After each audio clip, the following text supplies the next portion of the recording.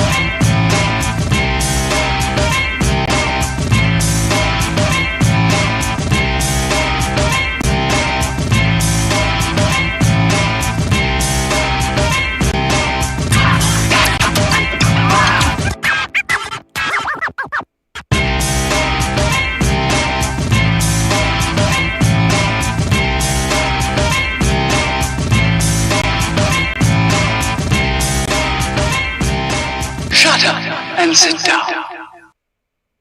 All right, good evening, everyone, and welcome to the 360 Sports Show. I am Andrew Pizzelli. He is Christian Lauber. We've got a packed show for you here tonight. Lots to talk about from the past week in sports. If you want to join in with us, hit us up in the comment section of any of the live streams. We're on Facebook, YouTube, Periscope, and Twitch. And you can join us with your questions, comments, concerns, general griping, venting. There's a lot of things to be vented about this evening. And we will be doing plenty of our own venting. But if anytime you want to join in the vent, get it off your chest, or if you want to bring us and direct us somewhere else where we haven't gotten to yet, you can certainly do that in the comment section. If you're listening as a podcast and you want to jump in, you can always email the show, and we'll get to that email later on in our mailbag segment. So we'll be hitting on NFL, a lot of MLB stuff, NHL season's underway, NBA season is coming quickly, a lot of stuff. We will have our hot and not segment again. I don't know where to start. I think I want to start with the good, Christian, because I feel like the bad, we're going to go down the rabbit hole in the bad. So let's start with the good, which was the prediction I made last week that the Red Sox would still be playing when we came on the show again. You almost got them. You almost did it. I was very nervous. There was a period of time there where I thought, oh man, that my jinx you've given me, you say that I have created a jinx. I thought it was going to get the Red Sox, but it didn't. Here they are. Game 3 tonight. But they got there. Game 3 tonight in the ALCS. So much has happened in the past week for them. But I think I'm just going to focus on the fact that they're still playing, which talk about a tremendous win. I mean, it's a rebuilding year. It really is. And now they're finding themselves, they split in Houston by just mashing the ball and kind of playing their pitching right. And they're 7 wins away from a World Series. I don't think anybody predicted that at the beginning of the season, even in the middle of the season. At best, people said, this team's a playoff team, but they won't go deep. They've gone deep. At this point, you're 1-1 in the ALCS. Unbelievable. And like I kind of said last week, let's just enjoy the ride. Let's just enjoy the ride. This team is what it is. They've got a little bit of something going, and hopefully they can just keep getting clutch pitching, and you have guys hitting, for the first time in postseason history, 2 grand slams in a game. Yeah, I mean, if anybody told me that they picked them to win not only against the Yankees, against the Rays, and now going to be 1-1 going back to Boston against the Astros, I would tell them they're lying because nobody picked them to do what they're doing right now. And they're playing well, right? You said they're still playing, but they're playing well. And it's pretty incredible just based on what that series in Baltimore, they got swept there, and everybody was like, okay, this is it. Maybe they get in, they're going to lose to the Rays, and that'll be it. But here you are, and now you're back home for, 2, maybe 3 here, and then they go back to Houston. I think it's a 2-2, 1-1-1. I don't think they do 3. I'll double check that though. But either way, you're coming back home, and I mean, look, Fenway's been great so far this postseason. Since that Yankee game, really. 3 straight in Boston. Wow. Okay, that's what I thought. Yeah, they have 3 chances here. You got to go 2-1. I mean, that's plain and simple. If you can get all 3, great. But with this crowd, $9 tickets, baby. Yeah, juiced. Yeah, I don't think they get it done in call it 5 now. I don't think they get it done. But look, you got you're 3 wins away, and you got 3 games at home. You got to take 2 of them. There's no question about it. And I think the Astros, without Lance McCullers, their pitching is less scary. Yeah, for sure. And well, now, I mean, we'll talk about the delay in a minute that happened. I don't know if you saw that. Oh my God, that is baseball in a nutshell. But overall, again, I mean, you mentioned it, 2 grand slams. I mean, Eovaldi has just been unreal in October. Going back now to the World Series against the Dodgers when he really made his, kind of mark there in that game. But just incredible that they're still here. I don't know, and they're moving in the right direction. Yeah, and there's so many guys who are just coming up huge. I mean, Kike Hernandez. I don't think anybody thought when they signed him, hey, or got him, this is gonna be the guy. I mean, what they're getting out of him right now is insane. And it's not just insane; it's all time insane. I mean, this is like historic level stuff that they're getting out of him. And like you said, the pitching.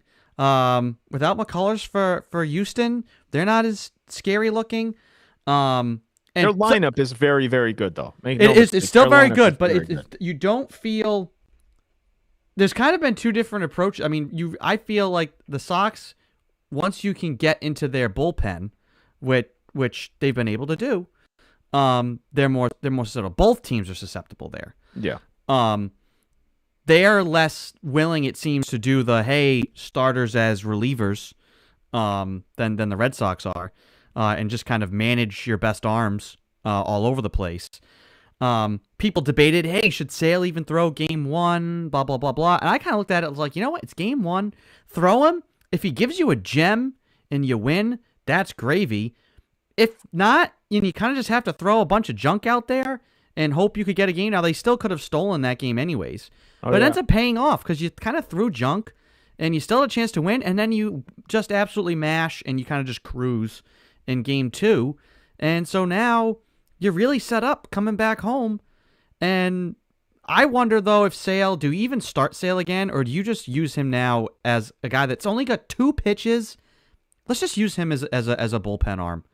That's the way I look at him. I'd rather him do that, and you can kind of strategically play him than roll him out there for a start and only get 2 innings out of him, and maybe you're down 3-0. I don't know how I feel about starting him, but look, I mean, if say you're in the late stages of a game and you need 3 big outs, I feel like Sale is a guy that you can throw out there for 1 inning, maybe 2. But they got to fix their bullpen. I mean, Houck is kind of trending in the wrong direction at the wrong time. But again, Eduardo Rodriguez tonight, really the guy that you look at in this series, the tipping point is really Eovaldi. I mean, that is it. He is the guy in this series, the premier pitcher in this series. Yep. Outside of that, it's kind of a bunch of guys. Now, Sale, I think, will be right next year. People forget he's still coming back from injury this year. He came back late. So he's not going to be right. He was good against the Orioles, which I could pitch well against the Orioles. So how much does that tell you? I don't know. But overall, they just have to continue what they're doing and hopefully get the innings they need out of the bullpen. That's the worry point, especially in a game like tonight. Valdi's not available. Sale, I guess, could be available. But you have to get to their bullpen, and you gotta pitch well from the bullpen, because I feel like, man, maybe you get into the late stage and Houck is going bad. You have to put him in there, or they had some shaky moments in game 1. Less so in game 2 because they were up 9-0. Which I honestly couldn't even bring myself to watch. I was attending a birthday party for myself, and I was honestly glad that I had something to distract me, because up 8-0 as we were leaving, I'm thinking, oh, I'm glad I don't have to watch this right now, because I can't suffer through. It's too early. It's too early with the way this team, the bullpen, especially after the way game 1 went, with who was, what you got out of your bullpen.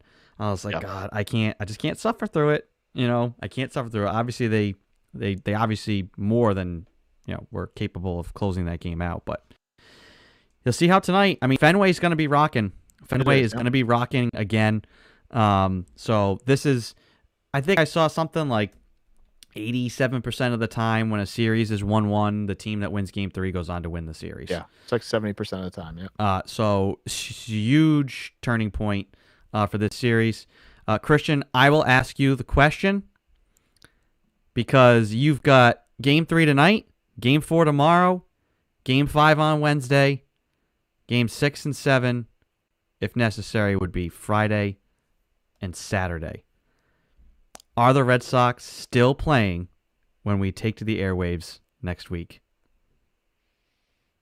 What do I do? Reverse psychology here? I will say yes. I think and I hope they come through. I think the Astros are very dangerous on offense. Their pitching right now is a little questionable, and not having McCullers again, I mean, that's the guy for them. So I like the way the Red Sox are kind of they're going through the lineup right now pretty well. It's not like they have to score 50 runs a game, but these games worry me now because, look, when Evaldi's on the mound, I feel pretty good. Eddie Rodriguez, less so because, I just picture here comes 1-7. The Astros might have the best lineup in all MLB. So I just picture here comes like 8 home runs in the first 2 innings, and that's it. But yeah, I'm going to say yeah. That's my short answer. I'm going to agree. I don't know what it is. There was periods of time this year where we felt that this team had the 2013 thing going on. They just find a way. They shouldn't be here, but they are. And this team believes. They believe in themselves, and they believe in their approach and what they're doing. I think they've still got issues. I think there's guys who are not right and banged up, and they're just finding a way. I mean, I didn't expect them to be in this spot, and it just has that weird feeling like they're still going to be playing. They're still going to be playing next week. It's nice that they compact these series. So we're both saying that the Red Sox will be in the World Series, which is something I didn't even think you could plausibly say. I just feel good, and the coach too. The coach is another point. Like the Red Sox under Cora, I believe this is postseason. Obviously, it's postseason. 16-5, and they're 5-0 after a loss. And I think that's what tells you the most. The team, and after a loss, I think in total they're 8-1 out of both Cora's stints, and the one loss was that 16-17 inning game. Yeah, against the Dodgers. That tells you. I mean, they can come back under Cora. They've come back the next game. Yep. Nick in the comments section says Sox in 6, baby. That Kike's been unreal, and Evaldi is available tonight out of the bullpen. So that is what they're telling you. That is a soft version of, yes, Evaldi's available, but if we have to use him, we're not going to like it. Yeah. That means. The Core's not been afraid about saying, guys playing, well, I don't want to use him here because I want to have him available for game 4. If he thinks he can get tonight, if Evaldi's the guy that they want to go to and they think he's ready, they'll do it. Who else isn't afraid is Evaldi. He'll tell him I can go 1 or 2 tonight. Well, and that's the thing. We talk about all these guys, the analytics stuff. I think Cora, all these teams, they use it. And some of them get lost in it. I think Cora is a guy that the analytics might tell you can't pitch this guy on this much rest and blah, blah, blah, blah, blah, blah, blah, blah, and the matchup. And he'll just say, no, if he says he's good, I'm going to throw him out there for 2 innings or an inning, in a key spot. Forget the analytics. So that'd be interesting to see. That'd be nuts. Yeah, I find it hard to believe they want to use Evaldi tonight. If they have to, they probably would, right? But this is not a we have to use him, we need to use him. It's hopefully we can save him. Colin in the comment section says, I think they'll still be playing. They're hot right now. Yeah, crazy. Now, the question becomes, if they make the World Series, who are they playing? Atlanta currently up 2-0 on the Dodgers. Game 3 in LA. That's tomorrow at 5 p.m. I don't want to really analyze that series too much yet because the Dodgers in LA, there's still a lot that they can turn around. I don't think that series is over.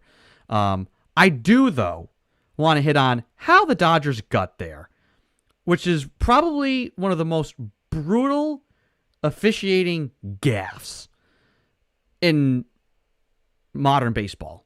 I mean, a check swing that's not even close. Guy at home plate says, nope, he didn't go. And they want to appeal down to first base. A guy that's 100 yards away, 100 feet away, rather, probably has a slightly obscured view from a guy at first. And he says, yeah, he went. 107 win season over on a check swing that wasn't even close. It wasn't even close. And there's no replay. There's no recourse. I don't know what baseball can do other than just put guys out there with better eyes. Some of these guys are, already collecting, probably AARP stipends. Yeah. I don't know, and I'm shocked because I'm not sure if you saw it live, Christian, but when Twitter is in agreement about something, there's a problem. You done goofed. Yeah. When there's solidarity and unanimity in Twitter, you screwed up. And it wasn't even a close check swing. And I don't know what. Half the time they appeal down, and those guys always err on the side of caution. They say, "Nope, he didn't go," and you're looking like, "Oh, he did go." Oof, not even close. And you say he went. Season over. Strikeout looking on a check swing that wasn't even. Ugh. I don't know if you saw it live or got to see the replays, but that was absolutely brutal. And if not for some other things that we'll get into in the hot and not segment, those guys would have been on my not list, but. Yeah, I mean, look, I don't think the Giants were going to win the game anyway. They were getting shut down all night. But oh no, but that's what's brutal. Is a great game ends that way. Yeah, I agree. And also, like you mentioned, I did not see it live, but I did see it pretty soon after. How could you not? It was everywhere. But the call was, like you mentioned, not even close. And then after the game, he's like, "Oh, from my angle, I thought he went." Oh, okay. Well, that's a good thought. Maybe don't do that in the playoffs. Maybe just say, even if you think maybe he went, I would just say, no, he didn't. If it's close enough, to let the game go. Like, don't get involved. Yeah. It's awful when that happens. Absolutely awful. It happens all the time. Umps, refs, football, baseball, basketball. It doesn't matter. These refs want to get involved.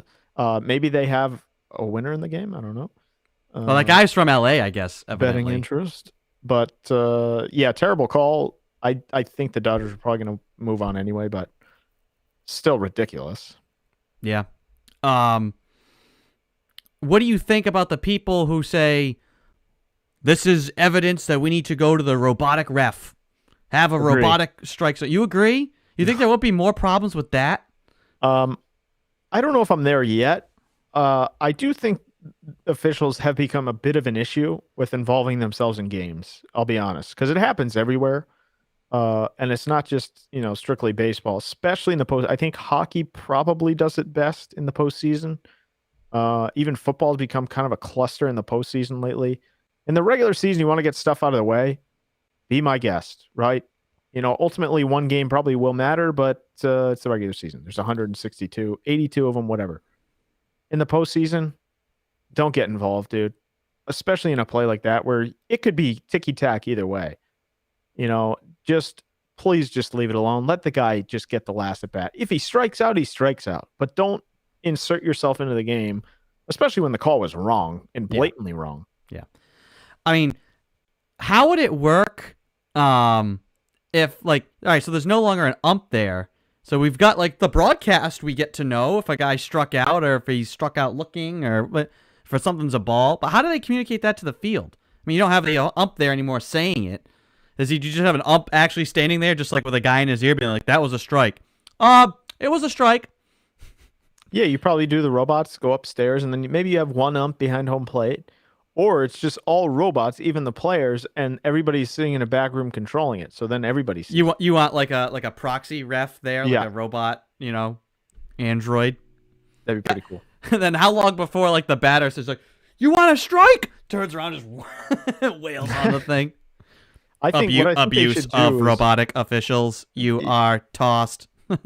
I think they should just have beavers control the game and just come out of the ground in baseball. Oh, goodness. I don't know. We'll get into that. There's a lot of questions about that. Now, Nick brings up a point. Missed face mask ended the game for the Pats. We're going to get into the Patriots. This is an argument. This is something that Bill Belichick has said. Let me review everything. Honestly, why not?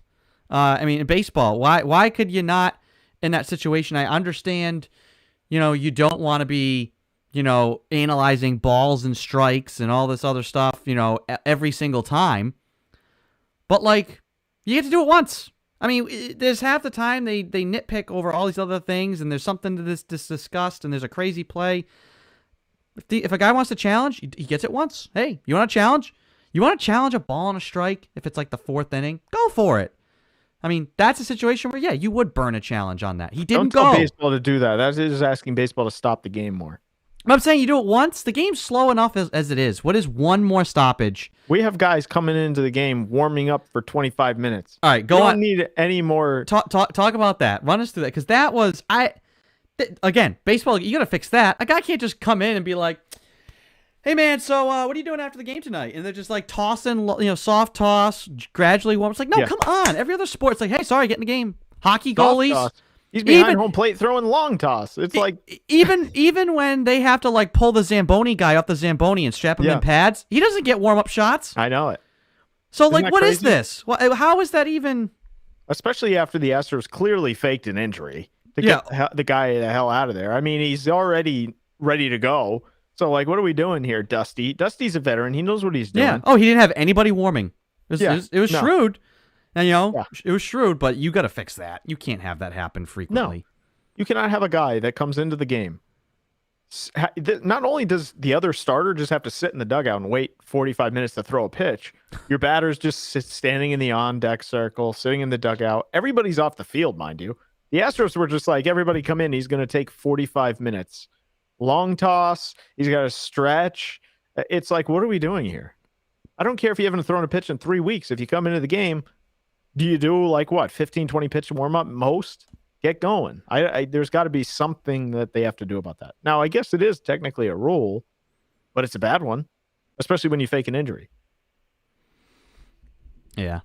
Colin jumps in with a Patriots thing. So we're going to hit on the Patriots here quick. First, let's do the hot and not segment. Let's be endlessly frustrated. So this is the, we're efforting a sounder for this. But the hot and not, basically, since we span a week, there's a lot that happens. And there's some things that rise to the top. There's obviously a lot of bad things that happen in the world of sports that we want to hit on. And so, we each can kind of pick. Sometimes we're going to be the same. Sometimes we're going to be different. But we're going to pick things that are hot and things that are not. Last week, we kind of jokingly said John Gruden is not, and that went very quickly, very, very not. We joked, he's not right now after one email came out. And then as soon as we sign off the show, it's like, oh, here's like 600,000 more emails, and here's like another 100 of Gruden's, and he's resigned and gone. Yep. Not a great look for Mr. John Gruden. No, and his career's over. You don't. He's not going to get a broadcasting gig, and he ain't going to get a coaching gig again. Maybe some high school, right? He could be like, but nothing worthwhile. He's got to work his way. If he's ever going to be near the NFL again, he's got to work his way from the bottom now. So I don't think so. I mean, I don't think any organization is going to touch him. And plus, I don't think so either. He's going to collect his money. Oh, so they've reached some sort of wink, wink, nudge, nudge settlement. Hey, just go away. And he'll get a little bit of cash here, and that's it. He'll just sit on that. I mean, the dude's made a lot of money. But anyway, I want to start with my hot from this week, and it'll be an NFL one. I said last week I thought the Arizona Cardinals were my team to beat in the NFC. I spent a lot of time talking about why Tampa Bay wasn't, and not enough time about why the Cardinals. Did you? Oh my God, we can never get that time back. And not enough about why the Cardinals are. Number one reason why the Cardinals are, they're going to have the MVP of the league, and it's Kyler Murray. He's unreal. I mean, he's been on fire to start this year. I'll argue that. Argue it. Go ahead. If you want to debate, we could debate the hots and nots. You know what? I'll just go right to my hot then, because I'm going right to the Baltimore Ravens and Lamar Jackson. This guy's improved too, and he's up there in MVP conversation. So I will take your Kyler Murray and raise you Lamar Jackson. Well, I say what it has been interesting about Lamar, and we saw it in their win on Monday last week, and so far he's getting much faster with his throws. Yeah, he's seeing windows and passing the ball into windows, not just, hey, we're play actioning, pop passing to a guy down the seam or just throwing up the ball. He's becoming a passer, not just a thrower.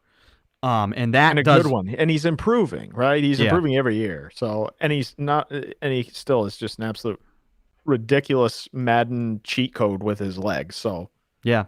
No, that's a huge development for them. That was a big boy game.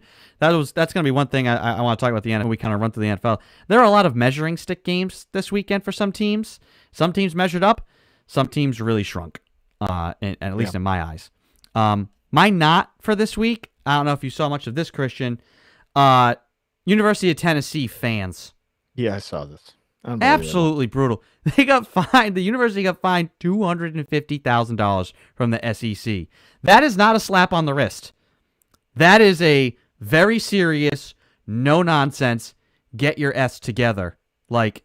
So there was a call that didn't go Tennessee's way after replay and after review and everything, and the fans started pelting stuff on the field. Lane Kiffin got hit with a golf ball. There was mustard containers. I mean, were these guys raiding the concession stands and throwing how that even stuff got onto the field, where it was coming from? I don't think you can go to the game. I don't know anybody that took their own mustard to the game, and stuffed it down their shirts or whatever. I don't know how that happened, how some of that stuff got into the hands of fans. Stupid. But absolutely horrific and bad. Just a bad look for anything, Anytime I see anything like that, now it's not nearly as bad, don't get me wrong, but at the what the hell they call it, that escapade that took place at the Palace in Detroit, that playoff game between the Pacers, and anytime people start going crazy and nuts and throwing crap on the field or the court or whatever, my mind always blinks to that, because that's the most notable one where it just got out of hand. Stuff like that can get out of hand. There's a million people in the stands. I mean, it's ridiculous. Yeah. Oh, I mean, there was a game a long time ago. It was in the early 90s. I think it was a Browns game where there was still time left in the game, and there was a call, and the officials made a bad call, and stuff just started raining down on the field, dangerously so. And it actually was prompted the rule change where there was no more glass bottles in arenas anymore. They just left, and they said, that's it, the rest of the game. It's a blowout. We're just calling it. The final, 5 minutes, just gone. Wipe it out. Because the officials were afraid for their lives to come back out in the field. You hate to see that sort of stuff. Yeah. Absolutely I hate to see it at any level. There is some debate. I mean, Christian, you sparked the debate here. I mean, Nick says Trevor Lawrence for MVP. That's a joke. But he says, in all seriousness, I'm taking Josh Allen. So we've got Kyler Murray. We've got Lamar Jackson, Josh Allen. Colin also says all Lamar Jackson does is win. Crazy. So you've got three guys. One thing that's all in common with those guys, they can do everything right now. They can run. They can pass. I mean, they're all reading defenses. They're all playing the game at an extremely high level. Who's on your not list this week, Christian? Who's at the top? Actually, I know there's a lot of people and a lot of things. Who's at the top? Who are we putting number one? Let me start with this, okay? I'm going to do two because I have to, for my own sake. Josh McDaniels will be on this not list for the foreseeable future. So he's not coming off until I see something different. So he's at the top of the list. So he's just a staple. So keep him number one. I'll mention it every week until further notice. Okay. And then beyond that, my not is going to go to the New England Patriots just as an operation, because they've become a much different team than we're used to. And I think people need to accept this. They're not as well coached as they used to be. They're not as well operated as they used to be. And maybe they just don't take coaching the way they used to be. I don't know if it's new Matt Patricia in there and he's got his finger in there and he's muddied the waters. If he's involved on defense, I don't know what it is, but just from the top on down, whether it's drafting, coaching, it's just not as clean as it once was. And I think that's, there's a level of acceptance that needs to come with that. Yeah. You're welcome. I can't really disagree. Appreciate that. So that's going to segue us in now to the Patriots talk. I have a litany of things which we can read off. The first one the first thing I wrote after the game was no more moral victories. We said this after Tampa. You're 1-3. Should have been 2-2. You're 1-3. This was a big game. You played well, you lost. There's things you like. You felt, Mac went toe-to-toe with the GOAT. That was your last moral victory that you're allowed. From here on out, you just have to win. And everybody there are still positives to glean out of things that happened yesterday. But this is what I'm going to say. I'm going to expand myself here. This is what I'm going to say to Patriots Nation. You lost the game. You lost it. Again. And this is just part of the problem with the team overall. And so let me run through. This is gonna be quick. I'm not gonna debate all these, but this was just like my stream of consciousness. And when this happens, it was just a bad game, and you're probably a bad team. When there's this many problems, you can't pinpoint one thing. You can pinpoint a lot of things. But here's my list, Christian. And I'm sure a lot of these are problems for you too. Next thing I wrote was drops. Wide receivers are not good. They're not bad, but they're not good. They're not. Whoa. Which ones are you talking about? Because Mac Jones did not have a great game. Well, you've got the Kendrick Bourne one, which, yes, is the pick six. That was not all Bourne. It went straight through his hands. I don't care. I know he's reaching out for it. Then there's the Aguilar one. Right. And listen, it's not just this game. You got Jacoby Myers dropping easy. There's guys, drops have been an issue this year. Agreed. Defense could not get a key stop, not one time this year. The defense played great yesterday. At no point this year have they played complimentary football. When the defense is playing well, the offense is sucking. When the offense is making plays, the defense can't get stops. And in critical situations, they haven't executed in any phase. Special teams, offense, defense. When it's come to crunch time, they haven't executed at all. And that's why they've lost all these close games, because they're not a bad team, but they're not a good team either. I wrote Josh is not. I knew you would go there. Going safe with play calling after the strip sack, which was a big turning point, I think hurt them. Yes, the offensive line, which I said is a huge problem. We thought the offensive line was going to be the strength of this team, one of the strengths, and instead it's been probably their most glaring weakness and what's holding them back from producing more offensively. And that kind of leads me to saying, with all these other guys, all the problems on defense and the offensive line and drops, can someone other than Mac Jones make a play? And I didn't think through 6 weeks, we'd be saying, like, Mac Jones needs help. We thought he had help. They spent all this money. We thought he would have help and that they would be leaning on the other people. Instead, they're really only in these games because of him. And I hope people see that. And after the licks he took yesterday, and to just come back into the game and still make plays and still stand in there and deliver throws and say after the game, no, I like getting hit. It's fun. The difference between getting hit and like almost being put in the ground. N'Keal Harry and other guys not lining up right. No pressure, no sacks, no real pressure all game on Dak. Just like I said, they're not playing complimentary football. There's times where they make plays, the offense has made plays, but situationally they're bad, and they just can't get the play when they need it. Couldn't get a stop.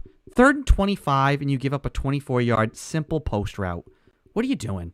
Was the slant to Aguilar that he dropped in overtime? Yes. Correct me if I'm right. First down, he catches that ball. He's gone. The game is over. There's one man to beat, and it's a foot race at minimum. That's an extremely long gain, and you're well in field goal range. So let's see what the comment section has to say. That's kind of like my short tirade. I got a few for you too. But the gist is, they're not a bad team, but they're not a good team yet. They haven't had a signature win. You need, until they execute in all 3 phases, I honestly can't pick them to win another game against the competition. I mean, they're going to beat the Jets next week, you hope. But what good does that do you? You're going to beat the bag off the Jets. Great. Can you beat Tennessee? Can you beat Indy? Can you beat the Chargers? Can you beat Buffalo? Carolina? Hell, Atlanta. That's not going to... I mean, all these games, until they show me they can execute, you can't trust them. Again, which comes back to actually the last point. I didn't write it down. You're underdogs. Belichick, When you have the ball in overtime and your defense has been on the field for like 80% of the game and they've given up scoring, just go up for on a fourth. Guess what? Halftime, going into the half, a minute and a half, open it up. Try and go score. You need to. You need to play desperate in all these games and be aggressive. You can't just sit back and rest on your defense and rest on, hey, Brady will pick it up. No, he's not here anymore. You have Mac, who can make plays. This is, especially on the short throws, he's money. Their mentality has to change. Yeah, exactly. They continued to do it, right? You had a chance at a double score, like you just mentioned. This was number one on my list. You have a minute and a half. You just called 2 timeouts to stop the clock, mind you, right? Your defense gets you off the field, and here you go. Now you have a chance, double score, maybe a field goal and a touchdown, whatever, and you're in business.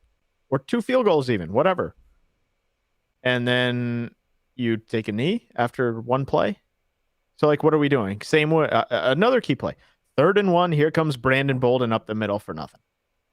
Yeah. And you punt it away. So, like, what are we doing here? If you're going to run on 3rd and 1 with Brandon Bolden, you might as well go for it on 4th down.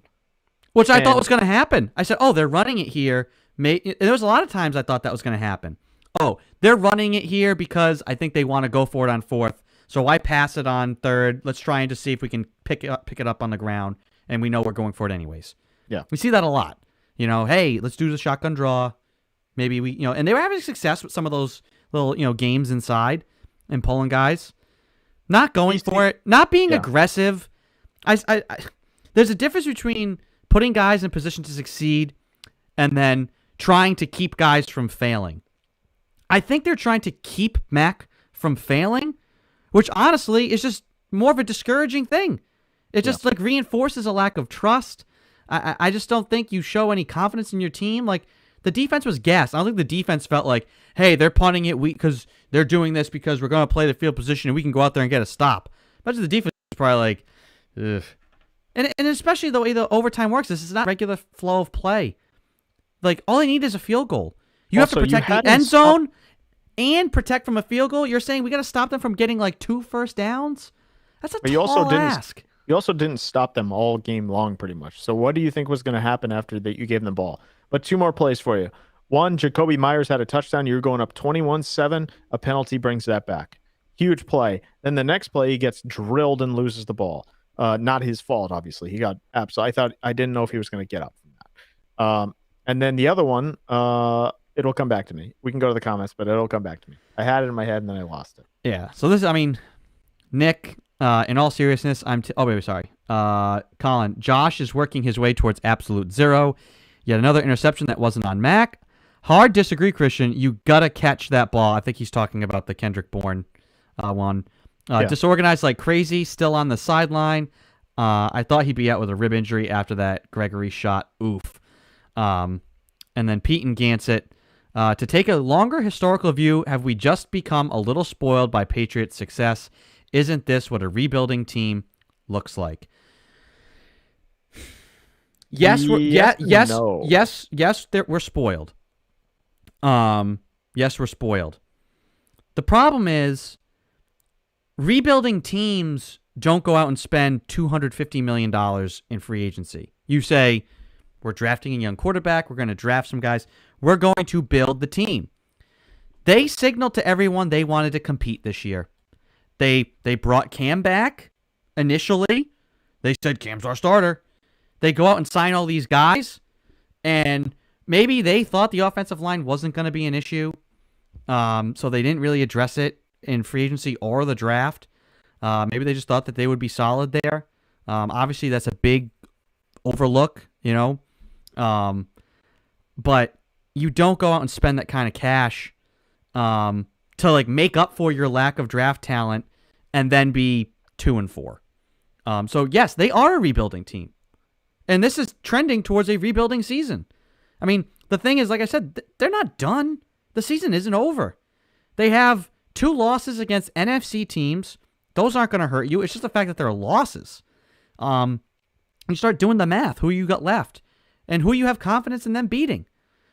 You're going to beat the Jets. You got to get to 4-4 because you got to keep guys focused. If you're 2-5, 2-6, the odds of you going on some 9-0 run get infinitesimally small. But 9-8 could get you in the playoffs this year. It could. You don't know how all the other teams are going to go. going to trend. You know, the Raiders bounced back this week. Good for them. But they could absolutely fall apart after that. You don't know. There's so many things you don't know. But you got to start winning. You got to start stringing together wins. You got to feel good about yourself instead of saying, yeah, well, you know, we just beat up on the bad teams. You're going to win 5 games that way. Maybe. And what good does it do you if you're not really letting guys just go out and win or lose? Put the game in Mac Jones's hands and let him win or lose it. Trying to just keep him in, it's like you're trying to like do half. I don't know. It's like you're trying to split the difference. We want to win, but we're also not doing all the things aggressively enough to win. I don't know. It's maddening. More plays for you. It's maddening. If they just were getting blown out, we'd say, listen, rebuilding year, whatever. No expectations. They're right there in all these games. That's the frustrating part. Two plays for you. One, Jones throws the pick six. Whether it was his fault or not, I don't know. That's up for debate because I think Jones did miss some throws on slants throughout this game, but not the one to Aguilar, and the Bourne is wishy-washy. But he throws a pick six, goes to the sideline, looks like he wants to just not be there anymore. That's it. Nope, he gets up, comes back on the field, and throws an absolute bomb to Kendrick Bourne. Now, it was bad coverage by the safety there. He overcommitted pretty hard. But Bourne absolutely toasted Diggs. It was a great route. And the throw is an absolute dart. So you clearly see Mac Jones, number one, he cares. He's got some stones to throw right back at the guy that just picked him off for 6. Yeah. So I love that play. And then you give the ball back to Dallas, and you have them dead to rights at 3rd and 25. And here comes Prescott for 24 yards over the middle. It just cannot happen. You needed one play there. They're passing long on 3rd and 25. Knock the ball down, get in front of it, whatever. That's it, pretty much. You have them 4th and 25. They need about 20 yards to get in field goal range, and you can't make a play. Huge. I mean, it's just like it's time after time. They cannot make a play. Time after time. Just ridiculous. Yeah, no, and that's what's infuriating. And it's they have flashes here, but they can't execute in critical situations, which again, I mean, Colin says this, mainly coaching. Things like that happen. Yes. 100%. You have to put it on coaching, whether that's play calling, offensively or defensively, whatever. Hey, I haven't seen like the all 22. I don't know what coverage they were running on that 3rd and 25, but like normally, yes, you don't want to give up the first down.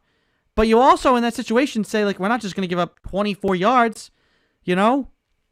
Maybe you play a little soft and you say, hey, fine, complete a pass within 10 to 15 yards. If I have the play right, they had one guy in the flat covering nobody, and then obviously no pressure. And it was single coverage, no safety help because McCourty went on a drag up the right side, I think. And it was single coverage. I can't remember if it was Jalen Mills, who got torched all game long, by the way. Yeah. Or if it was J.C. Jackson, who another one. He made a couple plays in this game, which is good to see, but not enough because they lost. Yeah. So. And on a day where you honestly did a good job on Zeke. You did a good job. I thought they would lose this game because they would just come in and be balanced and just run the ball right over you and be able to maintain balance. Even the tight end. I thought early, I was like, uh-oh, they're going to be able to hit these play actions to him. And he had 7 catches, but it wasn't like he was killing you. Dak killed you. And this is the other thing. We're talking about all the negative stuff about the Patriots. Dak Prescott is so impressive. I mean, again, early in his career, athletic, mobile, a thrower. He has become a passer. He is an elite quarterback in this league. He can make all the throws. And like Russell Wilson-esque, I think he throws the ball on a line a bit harder than Wilson does. Wilson can kind of, he's just so great with his deep ball and his touch and the finesse stuff. But just kind of the same ability to move and extend and scramble, not run. I don't think he really took off and ran all that much. Smart. He's an injury guy, right? Right. Nursing. And that's what's impressive. I mean, the shoulder injury, destroying your ankle last year. What he's doing this year is so impressive. He's basically picked up right where he left off last year. I think he's better. I mean, I really think he's better. Hey, maybe, eyes downfield more, trying to keep and look for plays. I'll tell you what, though, after listening to the coach on Dallas, McCarthy there. Oh my God, he's a bozo. I like after the game, he said we played a great game, maybe our best of the year. You had 12 penalties for like 200 yards, dude. Yeah, no, that's the one thing I think that is going to hold them back. Yeah. Is they honestly they tried to give that game away. They did, but if I'm a Dallas fan, I'm pissed that like I don't think you win if your operation is that like. Guys are slapping N'Keal Harry in the face for 15 yards. Then you got another guy barking at Van Noy, and it's just like they're so undisciplined. I don't know if you can get through a postseason playing like that. It's just I don't know if there's a recipe there to win. If there is, it's because of Dak and that offense. I mean, the offense on Dallas is just ridiculous. They have 600 yards almost. Yeah. No, that's the most yards the Patriots, Bill Belichick's ever given up. That's more than the Eagles had in that Super Bowl, which was obviously just a barn burning, affair. So let's kind of talk about this. I mean, if you have any other Patriots notes, thoughts, comments, concerns, just gripes, drop them in the comment section. Or if you're one of our podcast listeners, be sure to drop us a line, the360sportshow@gmail.com. You can send us your thoughts there as well, and we can get to those in our mailbag segment. So anytime throughout the week, if you want to email us, you can reach us. Like I said, there are a lot of measuring stick games in the NFL. I thought this was one for the Patriots. I know, like, I don't think they have Super Bowl aspirations, but you needed a win to prove that you could actually beat somebody, and build momentum and feel good and be 3-3. And now, hey, this is a jumping off point. Some other teams had those too, and not that they needed to prove that they could beat people, but hey. Some teams thought that they were contenders, right? You thought you're the big boy. I said, these are some big boy games. Big boys win them. Buffalo won one last week. Guess what? The Chargers, this was a big boy game for them. They were against the Ravens, who is another contender here. But again, the Ravens they didn't really show up. The Ravens showed you what contenders do, right? I believe in the Ravens. Who knows? They could not necessarily have like 13-4, right? But if the Ravens are like 10-7 in the playoffs, you have confidence in them because of Lamar Jackson and the coaching staff. That was a big boy win for the Ravens against a team that had been hot, that a lot of people were like, really trending up. And it's one thing to lose those games. They didn't compete. It's one, you're going to have games where it's a good game. A couple of plays don't go your way and you lose. That was just a no-show by the Chargers. Same can be said for Cleveland. That was a measuring stick game for both teams. Arizona, if you're for real, you win this game. Cleveland, if you want to prove that you still got it, you go and you knock off the team that's undefeated right now. And it wasn't even close. I mean, the Cardinals just beat the bag out of them. So there were a couple of others, smaller ones, but those were the two ones that stood out. You want a loss that looks really bad now on the Patriots schedule? Oh, I know, the Dolphins. Oh, the Miami Dolphins. What a great game that was to lose. They just lost to the longest losing streak in history. They just ended it. Good job, Dolphins. And good job, Patriots. You're the one win on the Dolphins' 1-5 record. Right? What? I don't even understand the rationale of the end of that game. You're on your own 45-yard line. It's 4th down. There's like 20 seconds left. All right, if you go for it, great. We can still go and maybe have a chance at a field. Punt the ball away. You're going overtime. Guarantee. But you decide to go for it, and it's like more than likely you don't get this, and they have a really great chance to win the game, or you get it, and you still have a very small chance of winning the game. What is the point? It's like the complete opposite of like what I'm saying the Patriots should do, like be more aggressive. That is aggressive to a fault. Yep. I don't understand the rationale at all, and I'm glad they lost because of it. One, because, the more losses that happen in the division and in the AFC, I'm fine with from a Patriots perspective, and also just because that's like you screw with the game screws with you. You deserve to lose. You absolutely 100% deserve to lose with a decision like that. Brutal. Absolutely brutal. I'm sorry that English fans had to witness such a awful display of ineptitude from a coaching standpoint. Plus, you're trying to grow the game. Those are not the two teams you should be sending to. Right? Yeah. The longest losing streak in history. Yeah, that's great. We're going to London. Awful. Awful, awful, awful. It We was kind of cool to see him win. we will. Oh, I mean, hey, they've been playing better. Um, gosh, who pay? I mean, know who's gotten off? There's hot and not. Maybe we should create like a third category, like safe. Know who like somehow pulled themselves out of the fire in the last week? Urban Meyer. I know. Yeah, seriously. We came on last week and just talking, and then all the John Gruden stuff, all the stupid stuff that the Washington football team did to try. Now, listen, I absolutely 100% think Sean Taylor deserves to be honored. His number should be retired in Washington. I mean, but it should have already happened. You decide now, like days after all these scandalous stuff starts to come out. Ooh, right. Now's a great time to honor Sean Taylor. It's so transparent with what their ambitions, what they were trying to do there, which borderline makes it disrespectful. But Urban Meyer pulls himself out of the fire. Maybe he's the one who. Hey, do you know Turns about John around. Gruden? Yeah, right. And gets a win, so he's off the not list for this week. Let's pose the question real quick before we move on. We'll do picks here at the end of the show. We want to hit on a couple of other things across the sports world real quick. Patriots should win next week versus the Jets. I don't know. Do you think this Patriots team can make the playoffs? Can they? Maybe. Will they? No. I think no. I honestly think no at this point. I think the only positives we'll take out of this season is the fact that I think Mac Jones from week to week to week will be improving and getting better. I don't think he'll get to a point where he's just got you clicking on all cylinders and you score 35 points a game and you can win games that way, just because I think the offensive line is too flawed. That will be a positive as opposed to last year where you kind of developed nothing. You played Cam Newton and you lost 9 games and you really didn't build much of anything. I think realistically this year, you're worse than last. I think you're probably 7-10. Record-wise, yes.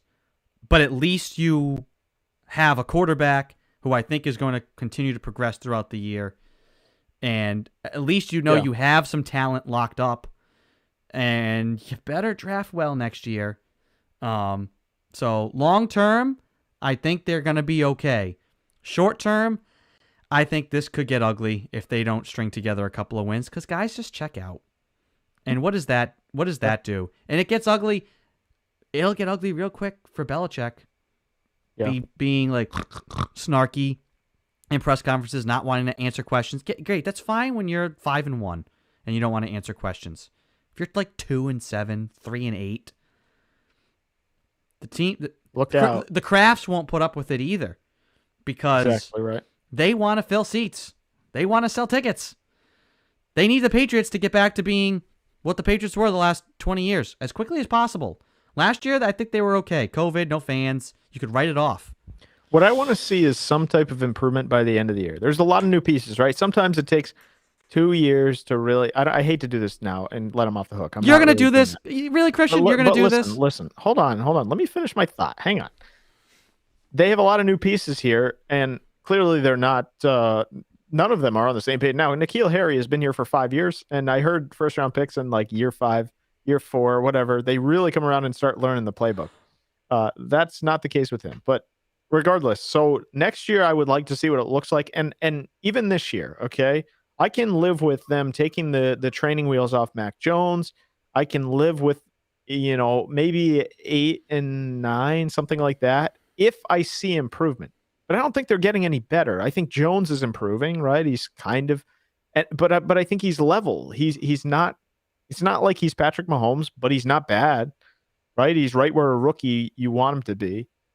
But the rest of the team, the defense is going down, and I don't see any improvement from the guys on offense. So I want to see some level of, are we moving forward with all these new pieces, or are we just going to stay the same?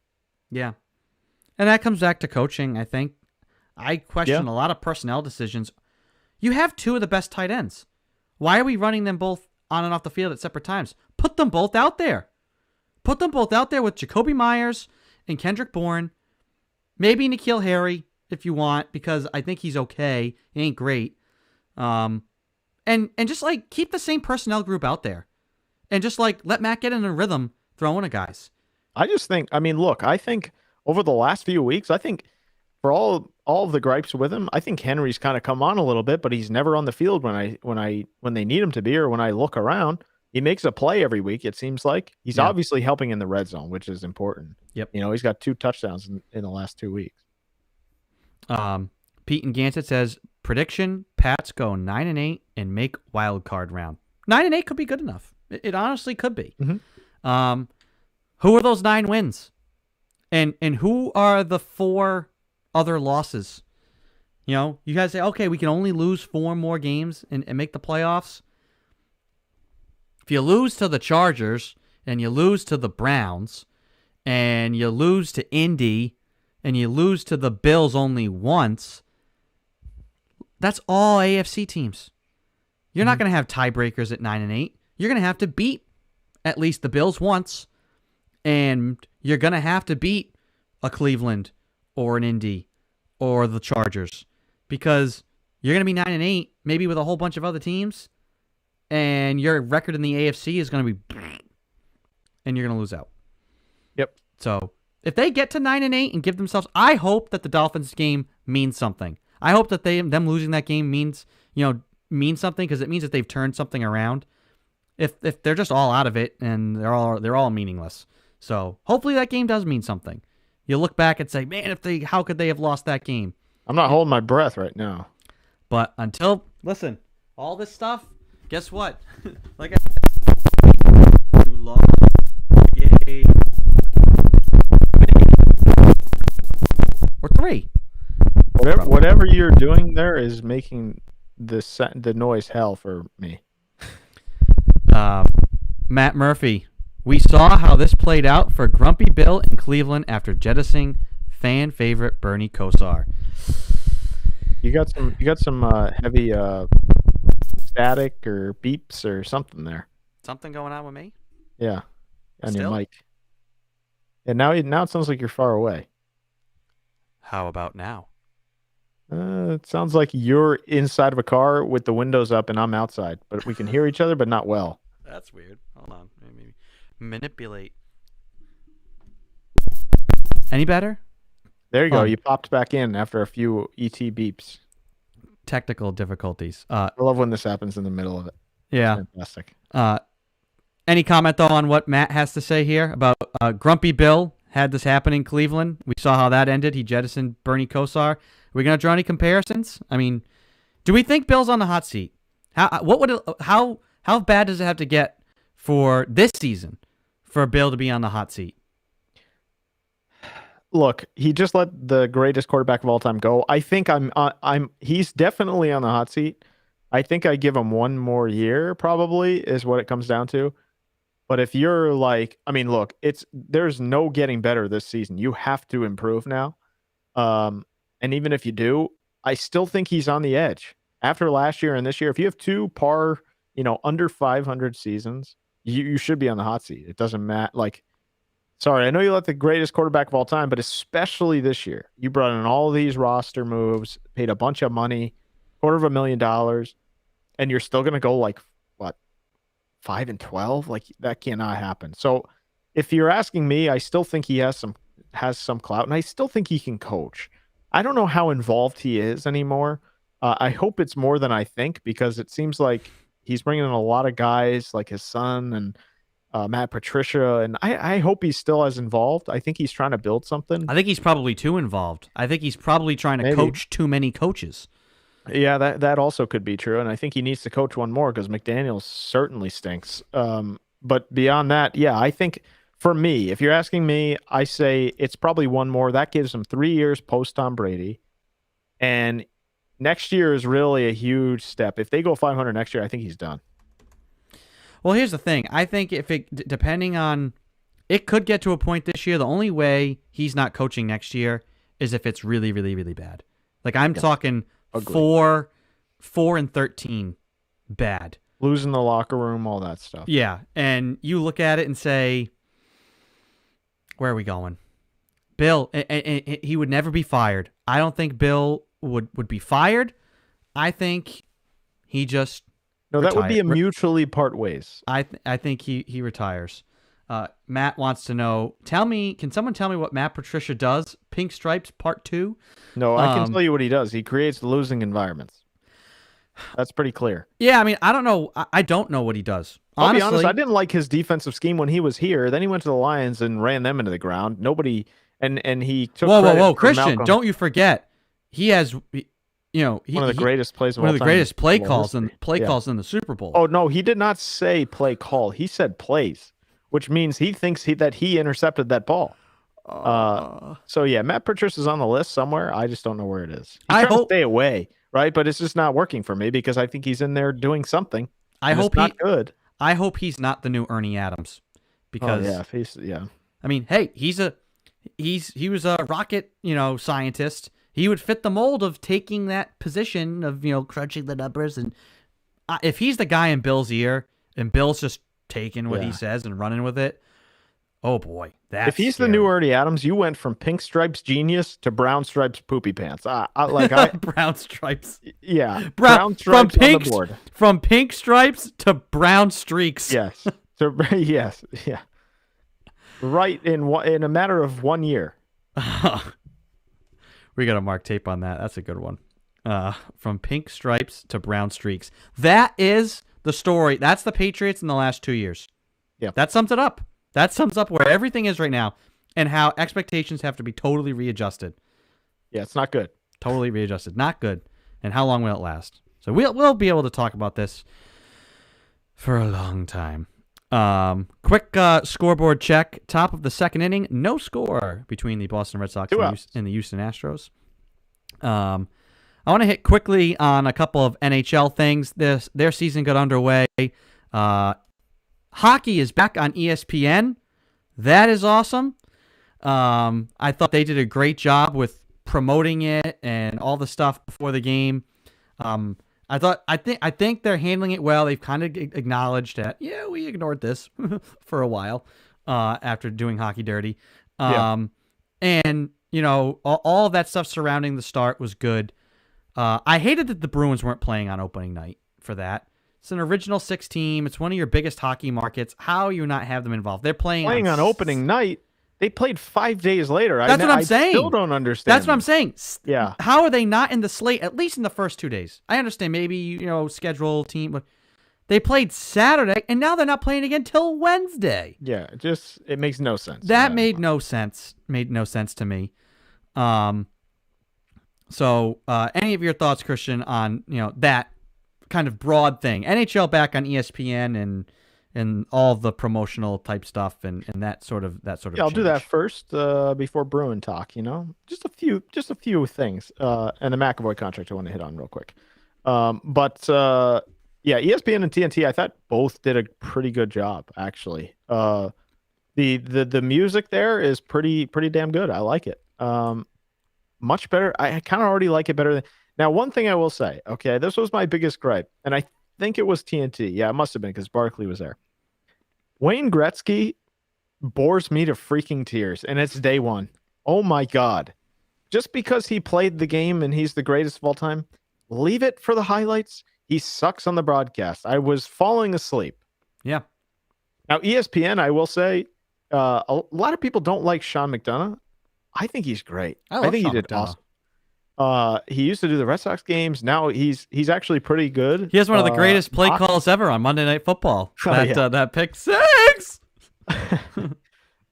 Squeaky there. But I will say I liked him on hockey. I thought he did a really good job. And both TNT and ESPN overall, I thought it was pretty good. I really did. Now the Wayne Gretzky thing, just great players don't always make great commentators.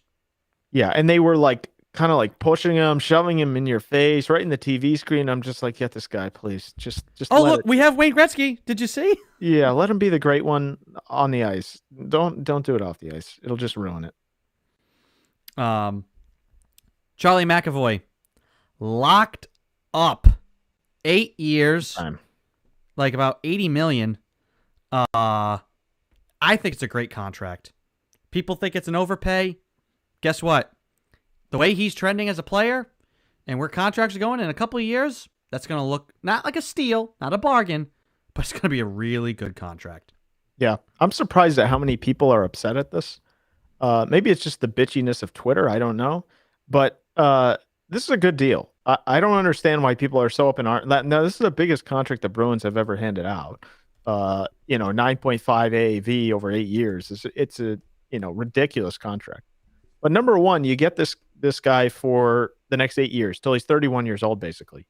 That's a chunk of his prime years. And the way he's trending, like you mentioned. Now, I still think he needs to execute on the ice and maybe push for a little bit more offense. Because if you're making 9, 8, 9, 10 million as a defenseman, you got to do two ways. And I think he's trying to do that just in one game. You could see he's trying to, push up more.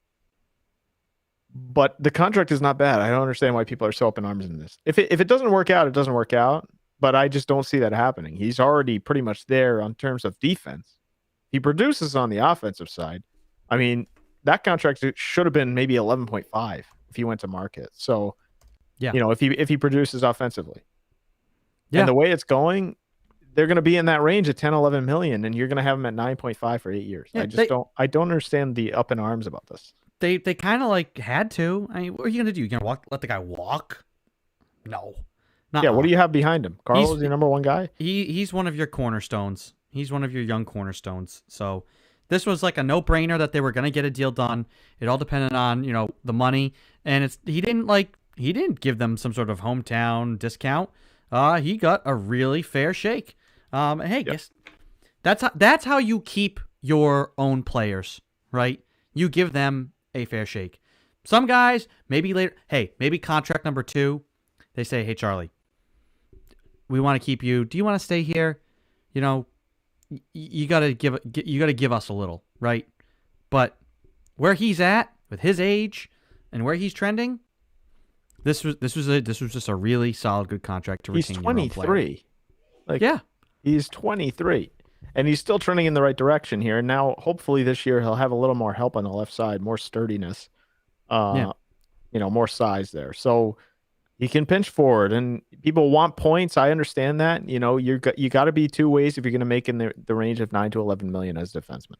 And to be a true number one, you got to be up there. But it will come if number one, he'll have more power play time now that Krug and Grzelcyk are off that number one slot. Yep. But number two, he's just going to have more room to operate now. 2 years removed from Chara, who wasn't really helping anything offensively.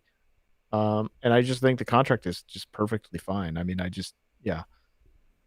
some people like it, but I did see a lot of angry people. I don't understand. Well, they're always there. Like I said before, That's true. When Twitter is unanimous, like they were after the NLDS, right? You goofed. You're so wrong.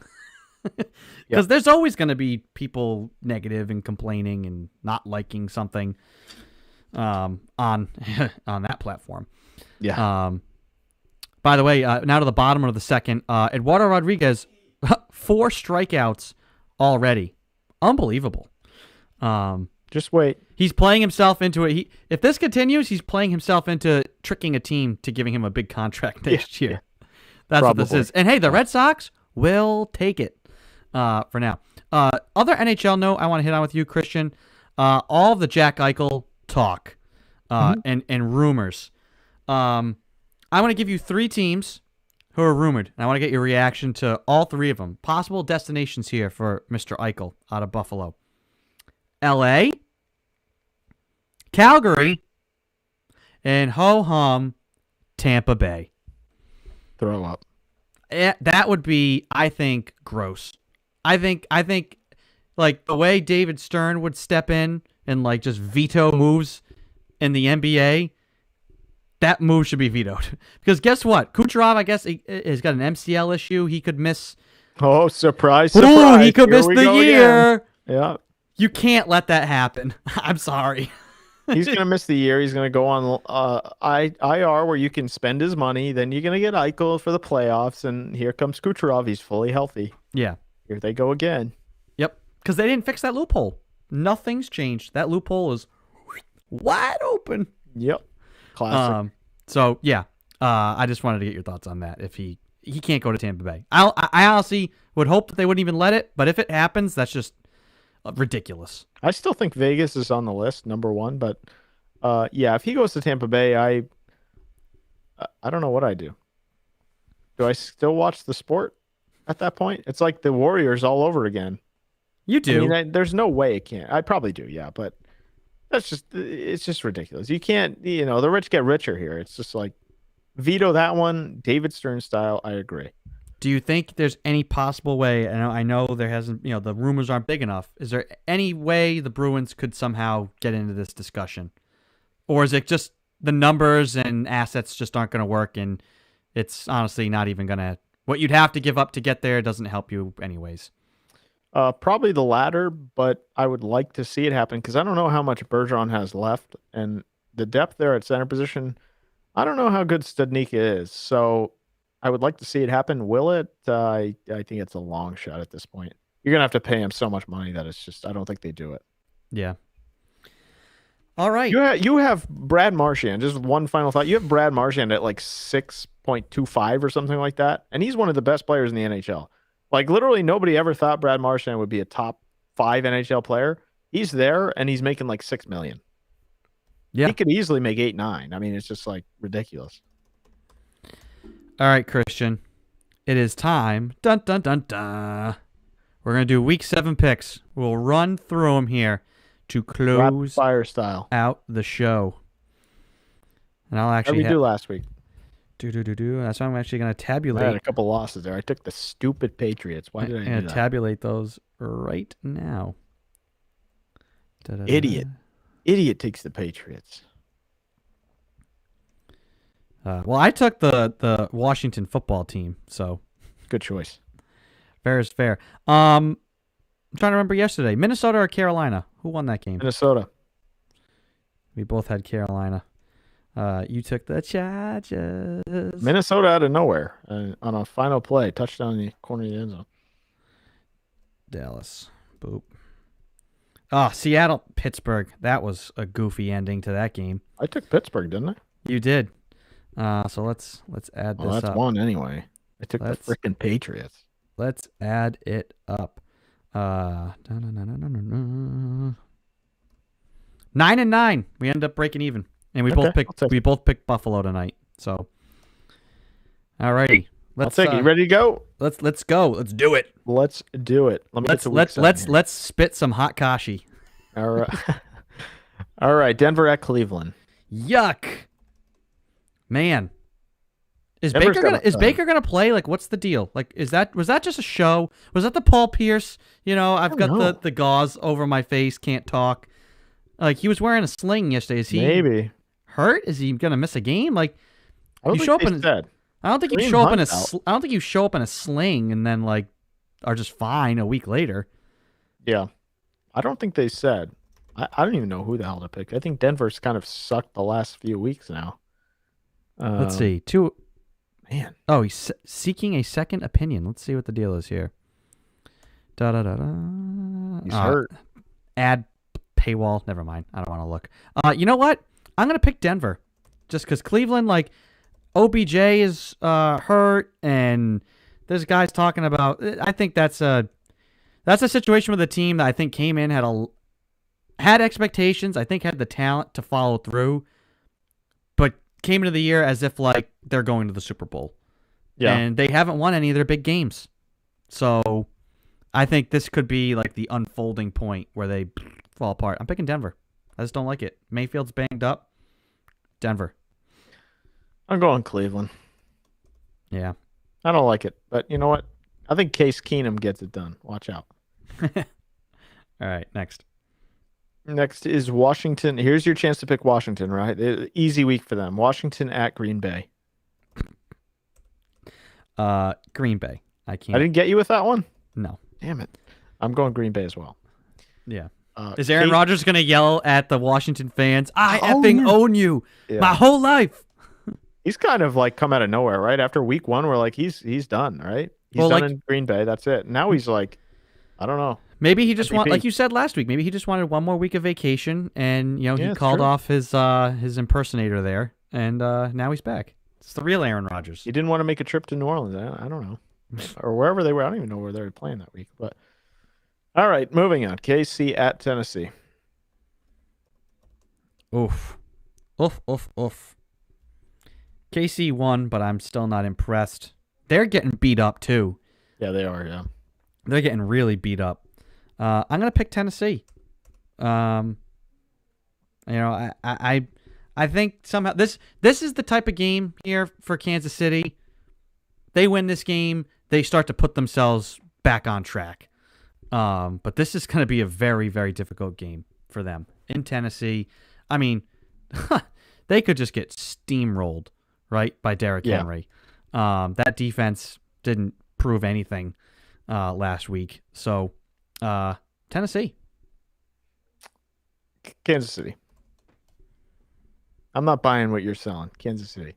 Are you ever? Yeah, sometimes. It wouldn't be fun if I did. Then we go Atlanta at Miami. Atlanta at Miami. I don't think I can ever pick Miami again after Sunday.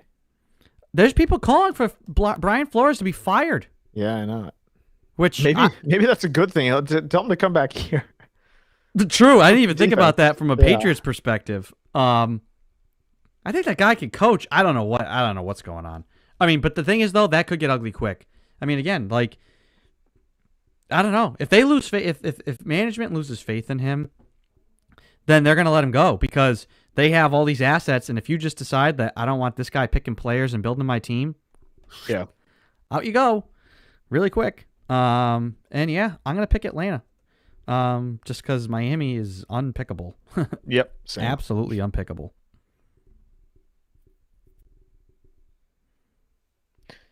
All right. Sorry. Moving on. New York Jets at New England. Will the Patriots win a home game this year? I have my doubts. I think every game here is going to be a dogfight for the Patriots. I think until otherwise, I don't care that they already beat the Jets once and Zach Wilson 3 or 4 picks. Guess what? He threw you 4 picks and you kicked like 4 field goals out of it. Yeah. So I don't think he's going to throw you 4 picks again. So I think you're going to be in a dogfight. And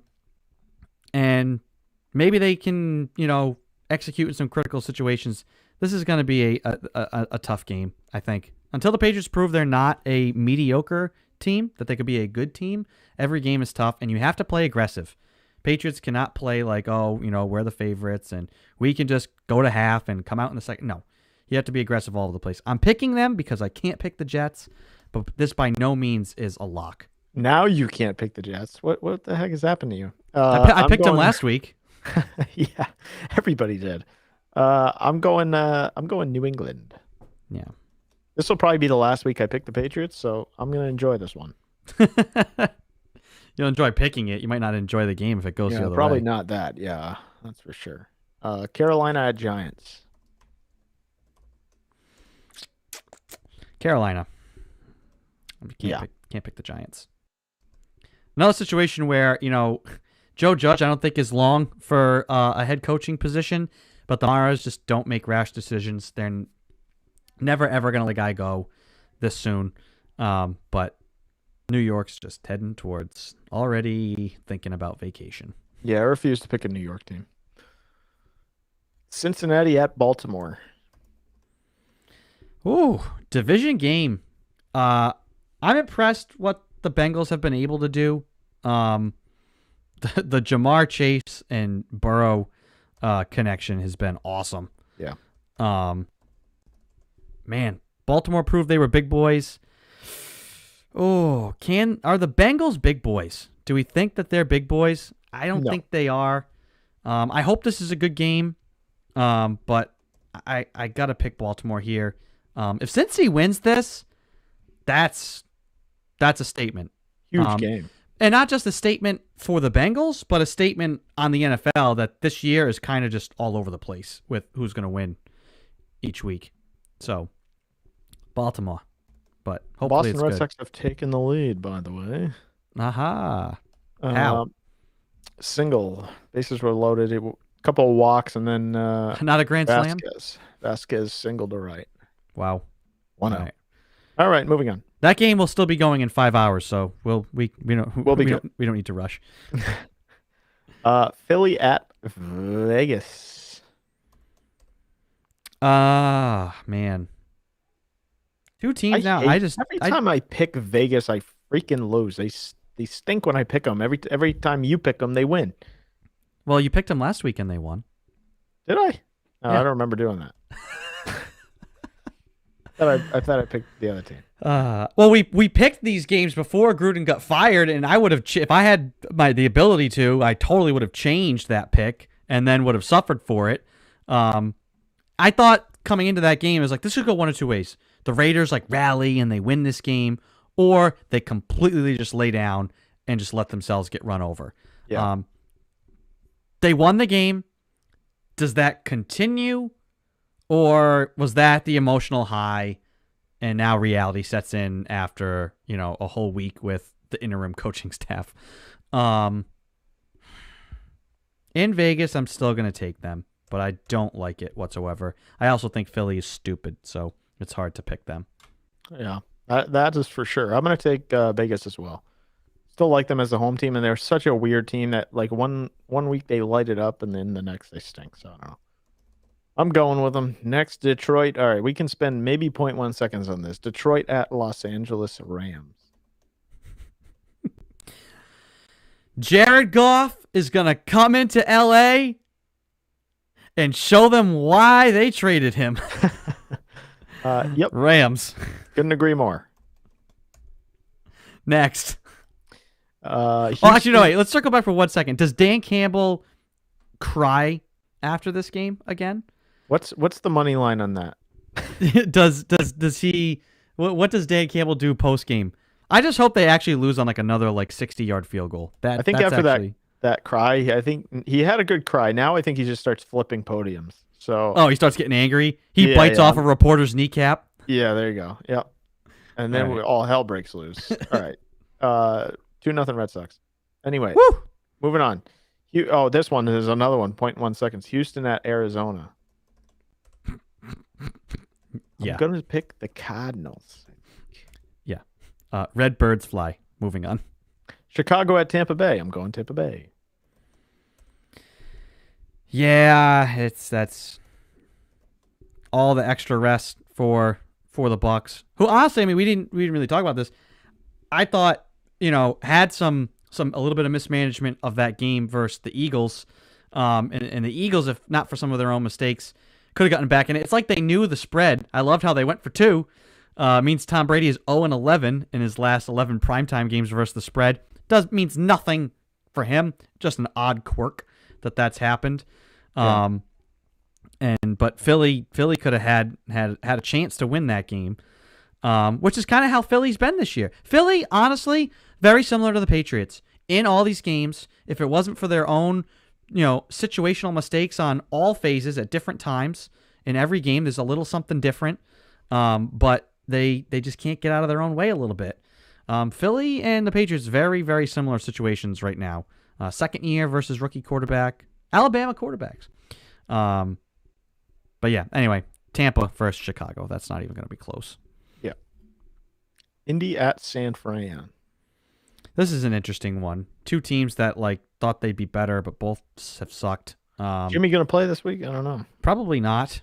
I'm gonna go Indy. Wentz has calf bruise and he's missed 3 games. Wentz has played better. Wentz has actually kind of settled down here. I'm picking Indy. Yeah, I'm gonna go Indy as well, just because. Yeah, Jimmy's kind of on the list of do I go near that guy? Calf bruise, really? That's pulling you out of a game? Well, hey, we forget about this. I think if Cam was struggling, if Cam Newton was still the starter in New England. Oh my goodness, Grand Slam Schwarber.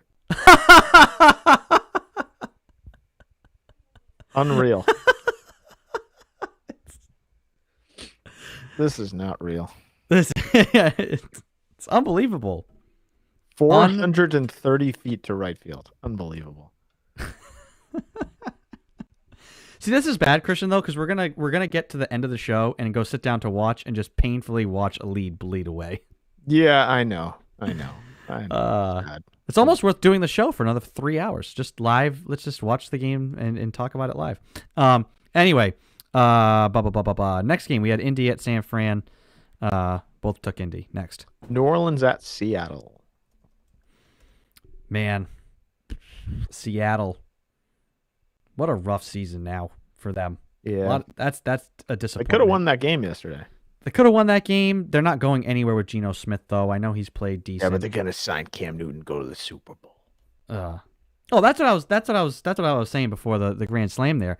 If Cam Newton were still here and you thought like, hey, Mac Jones is just in mothballs and we haven't seen him yet, would you want Jimmy Garoppolo back at this point? What we kind of have seen? No, I I don't don't think so. I think at this point he's kind of is what he is. And he may get a job. Here's the question: does Jimmy Garoppolo get a starting job if, say, the Niners cut him next year? Does he get a starting job somewhere?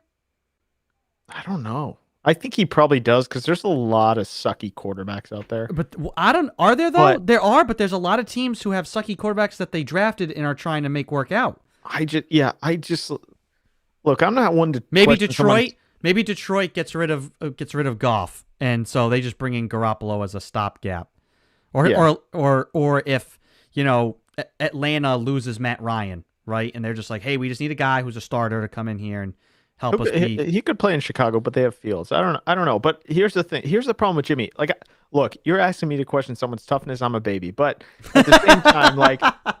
At the same time, Jimmy G gets an eyelash and he's out for 2 weeks. So it's like, what are we doing here? I don't know how much to read into it. Yeah.